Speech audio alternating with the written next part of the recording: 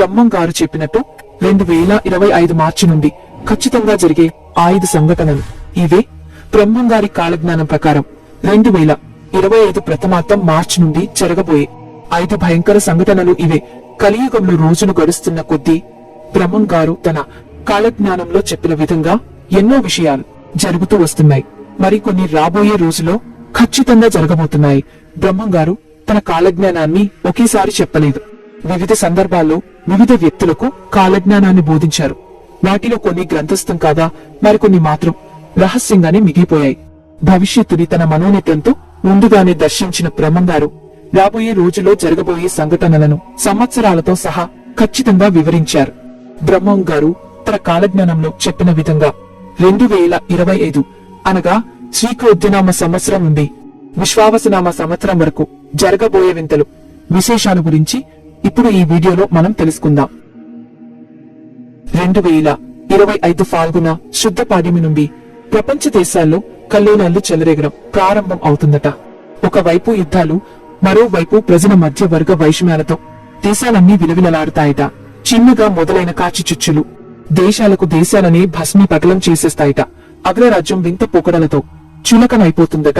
యుద్ధాల వల్ల బంగారం, ముడిచము ధరలు విపరీతంగా పెరిగి సామాన్యులకు అందుబాటులోకి లేకుండా పోతాయట. కాసు బంగారం ₹1,00,000 దాటిపోతుందట. ఈశాన్య దేశాన కొత్త రోగం ఒకటి పుట్టి చెడి చప్పుడు లేకుండా చాప కింద నీరులా దేశాలకు మొత్తం పాకిపోతుందట. మందులేని ఈ రోగం వల్ల ప్రజల ఒంటి మీద బొబ్బలు లేచి ఆర్తనాదాలు చేస్తూ చనిపోతారట. 2025 సెప్టెంబర్ నెలలో భారతదేశానికి తూర్పున ఉన్న సముద్రంలో సుడిగాలి ఒకటి పుట్టి అది ఉప్పెన లాగా విరుచుకుపడి తీర ప్రాంతాన్ని మొత్తం అతలాకుతలం చేసేస్తుందట. ఒకవైపు ప్రజలు తుఫాను వరదలతో అల్లాడిపోతుంటే మరోవైపు కొన్ని ప్రాంతాల్లో తాగడానికి చుక్క నీరు లేక తీవ్ర దుర్భిక్షాన్ని అనుభవిస్తారట. 2025 శ్రీ విశ్వావసనామ సంవత్సరం ఆషాఢ శుద్ధ అమావాస్య మొదలుకొని దేశంలో వింత వింత సంఘటనలు జరగటం మొదలవుతాయట. సముద్రం ఉన్నట్టుండి ముందుకు వస్తుందట. రాత్రికి రాత్రి తీర ప్రాంతం అంతా మునిగిపోతుందట. ద్వాదశ నాటి రాత్రి భూమిలో తీవ్ర అలజడి చెలరేగి తీవ్ర భూకంపం సంభవిస్తుందట. కని విని ఎరుగని రీతిలో వచ్చిన ఈ ప్రకృతి వలయం వల్ల ఎంతో మంది ప్రాణాలను కోల్పోతారట. ఆకాశం ఒక్కసారిగా రంగులు మారుతుందట. పిడుగుల వర్షం కురిసి ఎంతో మంది చనిపోతారట. రాత్రిపూట కుక్కలు గుంపులుగా చేరి వింతగా అరుస్తాయట. 2025 ఆగస్టు నాటికి దేశంలో రాజకీయ సంక్షోభం ఏర్పడి అధికారం కోసం పార్టీలు ఒకదానితో మరొకటి కలహించుకుంటాయట. స్త్రీలలో కామవాంఛనలు పెరిగి పురుషులతో విచ్చలవిడిగా సంభోగిస్తారట. డబ్బు అధికారం ఉన్నవారిదే రాజ్యం అవుతుందట. ఒకరి ఆకలి మరొకరి సొంతం అవుతుందట. ఊరి పొలిమేరలో తెల్లటి కాకులు చేరి అందరూ చూస్తుండగానే తలలు బాదుకుని చస్తాయట. ఇది చూసిన జనం రక్తం కక్కుకొని చనిపోతారట. కంచి కామాక్షి అమ్మవారి కంటి నుండి రక్తం కారుతుందట. మధుర మీనాక్షి అమ్మ మనుషులతో మాట్లాడుతుందట. శ్రీశైలం మల్లన్న శ్రీశైలాన్ని విడిచి వింధ్య పర్వతాలకు వెళ్లిపోతారట. శాస్త్రవేత్తలు సైతం ఊహించని విధంగా సౌర తుఫాన్లు భూమి మీద విరుచుకుపడి సమాచార వ్యవస్థ మొత్తాన్ని నాశనం చేసేస్తాయట. రోజుల తరబడి ఫోన్లు, కంప్యూటర్లు పని చేయకపోవడంతో ప్రజలు పిచ్చివారు అవుతారట. వన్యమృగాలు అడవులను విడిచి జనావాసాల్లోకి వచ్చి జనాన్ని పీక్కొని తింటాయట. రోజు రోజుకి భూమి మీద ధర్మం నశిస్తుందట. భూదేవి పాపుల భారాన్ని మోయలేక తల్లడిగిపోతుందట. ఉన్నట్టుండి దేవాలయాల్లో విగ్రహాలు మాయమైపోతాయట. తిరుపతి వెంకన్న కుడి భుజం అదురుతుందట.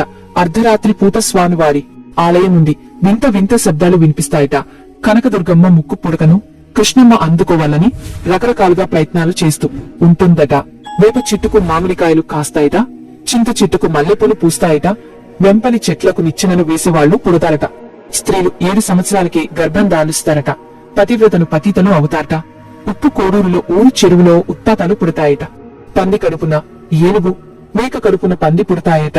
శ్రీశైల శిఖరాన అగ్ని వర్షం కురుస్తుందట. అది చూసిన నంది పెద్దగా రంకెలు వేస్తుందట.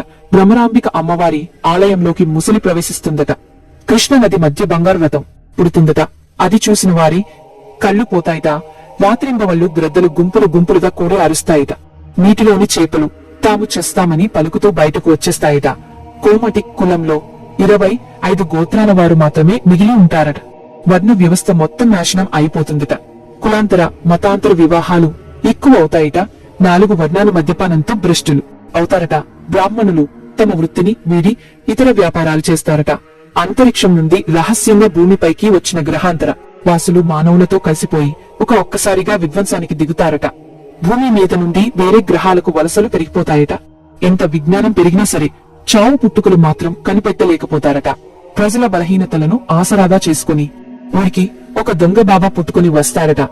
భూమి తన కక్షను ఉన్నట్టుండి మార్చుకుంటుందట. దీనితో వాతావరణంలో ఉన్నట్టుండి నుండి పెనుమార్పులు సంభవించబోతున్నాయట.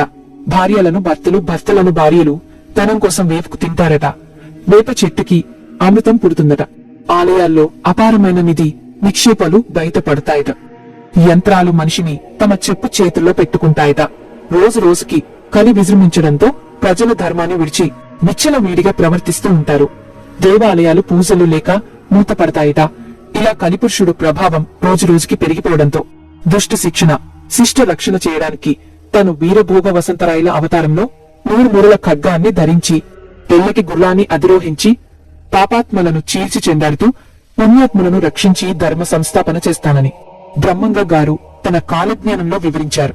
అలాగే విశ్వావసునామ సంవత్సరంలో వృక్షాలు నాశనం జరిగి కూరగాయల కొరత, ఆహారం కొరత ఏర్పడుతుందని బ్రహ్మంగారు చెప్పారు. ఈ వీడియో గనుక మీకు నచ్చినట్లయితే ప్లీజ్ లైక్ చేసి మీ ఫ్రెండ్స్ కి షేర్ చేయండి. అలాగే మా కొత్త వీడియోస్ మీకు వెంటనే చేరాలంటే మా ఛానల్ ని సబ్స్క్రైబ్ చేసుకుని పక్కనే ఉన్నటువంటి బెల్ ఐకాన్ ని ప్రెస్ చేయండి. ధన్యవాదాలు.